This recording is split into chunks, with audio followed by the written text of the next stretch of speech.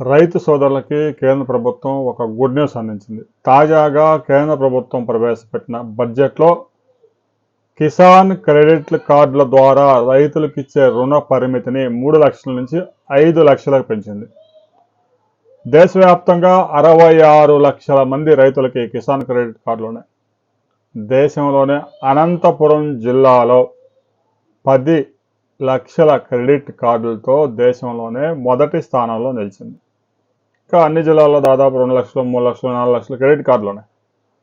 రైతులు credit card ద్వారా రుణం తీసుకోవడం ద్వారా కావాల్సిన మేర ఆ యొక్క రుణంలో తీసుకున్న రుణంలో అమౌంట్ ఉపయోగించుకోవచ్చు.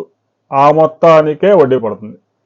సహజంగా సహకార బ్యాంకుల్లోనూ వ్యవసాయ రుణాలు 2 లక్షలు, 3 లక్షలు, 4 లక్షలు, 5 లక్షలు తీసుకుంటారు. ఒకేసారి తీసుకుంటారు. అమౌంట్ మొత్తానికి వడ్డీ పడుతుంది.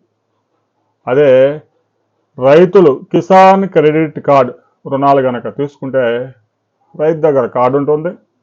ఎంత అమౌంట్ వాడుకుంటే అంత అమౌంట్కే వడ్డీ పడుతుంది. ఇది రైతుకు కూడా చాలా బెనిఫిట్.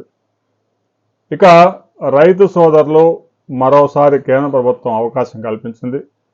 ఏదైతే ప్రధానమంత్రి కిసాన్ యోజన ద్వారా ప్రభుత్వం ప్రతి సంవత్సరం కేంద్రం 6,000 రూపాయలు అందిస్తూ ఉందో ఆ పథకంలో లబ్ధిదారులు ఇప్పటికీ కూడా ఈకేవైసీ చేసుకునే వారు ఎవరైనా ఉంటే సమీపంలోని గ్రామ సచివాలయాల్లో కానీ ఆన్లైన్లో చేసుకునే సామర్థ్యం ఉంటే ఆన్లైన్లో చేసుకోవచ్చు.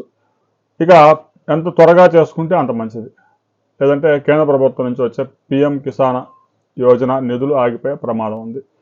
రాష్ట్ర ప్రభుత్వాలు అంటే వివిధ రాష్ట్రాలు, తెలంగాణ అయితే రైతు భరోసా, ఆంధ్రప్రదేశ్ అయితే అన్నదాత సుఖీభవ పథకాల ద్వారా నిధులు అందిస్తూ ఉన్నాయి. పిఎం కిసాన్ నిధులతో కలిపి అవి కూడా ఆగిపోయే ప్రమాదం ఉంది. రైతు సోదరులు వెంటనే ఈకేవైసీ మరోసారి చెక్ చేసుకోవాలి.